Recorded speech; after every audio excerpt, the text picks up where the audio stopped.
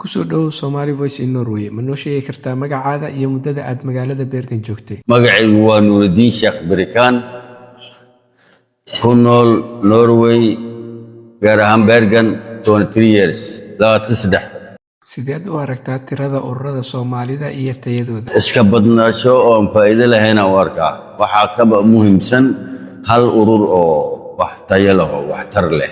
Ma jiraan ururo aad isleedahay waxbay qabteen iyo kuwa aad isleedahay waxbay ku dheeleen? niyow inay jiraan waa muhiim laakiin waxay qabteen ma arkin. Maxay bulshada Soomaaliyeed ee reer Bergen ugu baahi badan yihiin? reer Bergen wax badan ka halaysan gaar ahaan ma laha abukaatiyaal ma laha aqoon-yahano dhalinyarada Ingiriiska, England, America waxaa jirta Somali community dhalinyaro wax soo baratay oo dalka xaqa ay ku leeyihiin iyo waxa looga baahan yahay fahamsiinaysa marka anaga dhankaasaan ka liidanaa abukaatiyaal ma lihin. Maxay tahay fariinta aad Somali Voice in Norway aad u marinayso heerarka kala duwan ee maamulka Norway?